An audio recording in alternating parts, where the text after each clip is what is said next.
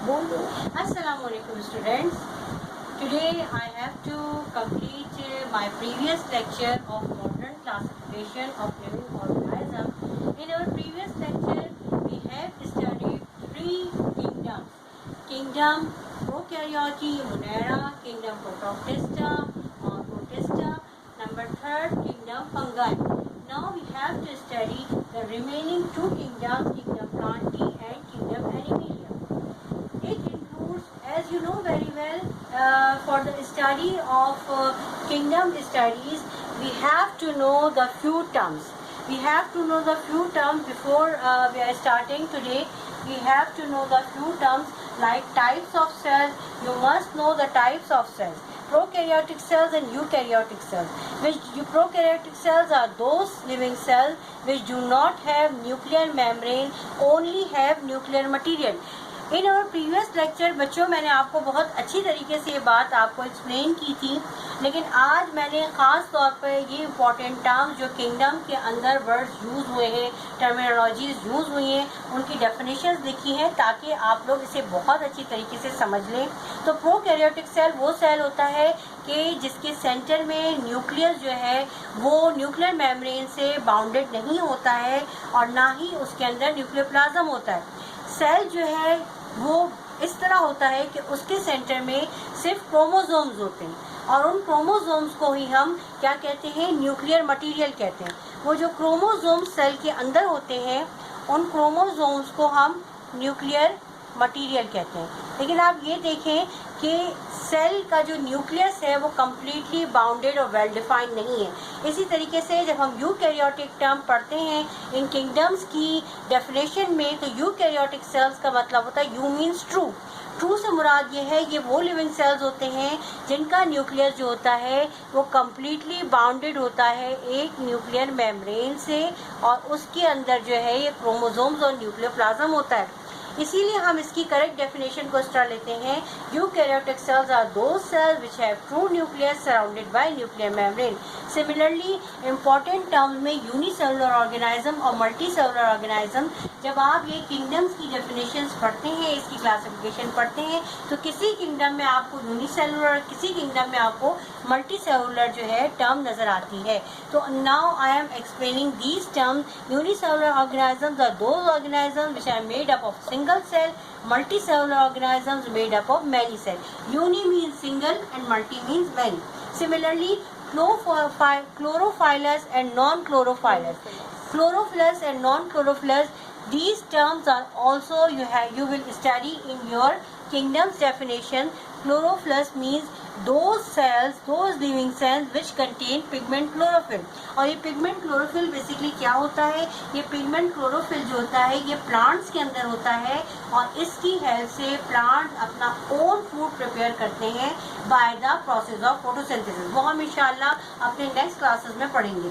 और इसी तरीके से नॉन क्लोरोफिलस जो होता है वो सेल्स होते हैं कि which do not contain chlorophyll. और नॉन क्लोरोफिलस जो होते हैं सेल्स, वो कौन से सेल्स होते हैं, या तो वो एनिमल्स में पाए जाते हैं या फंगाई में पाए जाते हैं। Okay, now I have to complete my these definitions.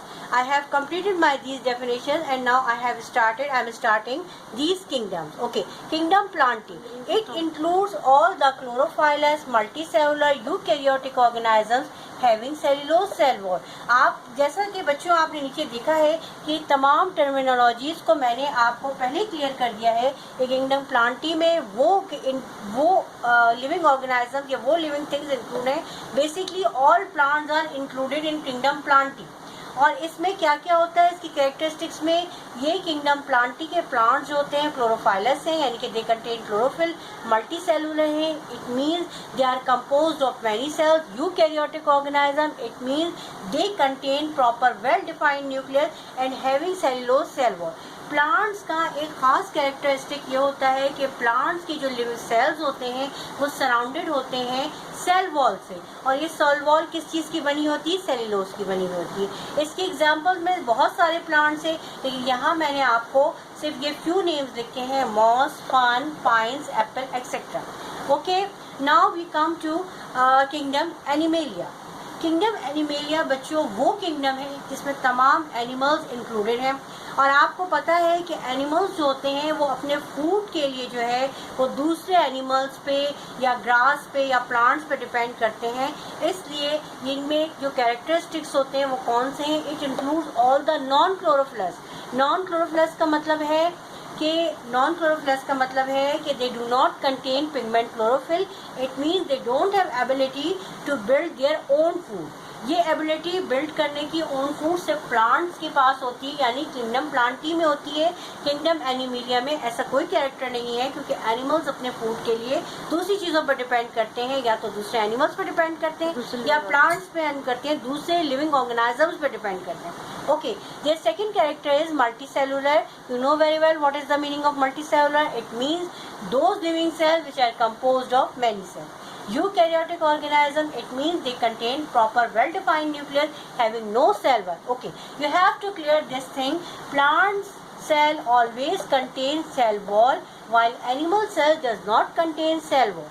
Cell wall का कैरेक्टरिस्टिक्स जो होता है वो प्लांट सेल में होता है। और हमने, अगर आप अपने प्रीवियस लेक्चर को मेरे फॉलो करेंगे तो आपने किंगडम फंगाई में भी पढ़ा था कि दे कंटेन सेल वॉल। उनकी सेल वॉल जो होती है फंगस की, वो जो है फंगल सेल्यूलोज से मिलकर बनती है, और प्लांट्स की जो सेल वॉल होती है वो प्लांट सेल्यूलोज से मिलकर बनती है। लेकिन किंगडम एनिमेलिया में ऐसा कोई कैरेक्टर नहीं होता। इसका जो लिविंग सेल होता है वो सराउंड होता है only surrounded by a cell membrane. Okay, now we have to study their examples: Hydra, earthworm, human beings, man. Man is also, we also included in this kingdom Animalia. Okay, now I am finishing my lecture here, and today I have completed this modern classification of living organism. I have completed this topic. Please students, I am again repeating this, please subscribe my channel to understand easiest way of biology and easiest learning process of biology for your better future, for your better results.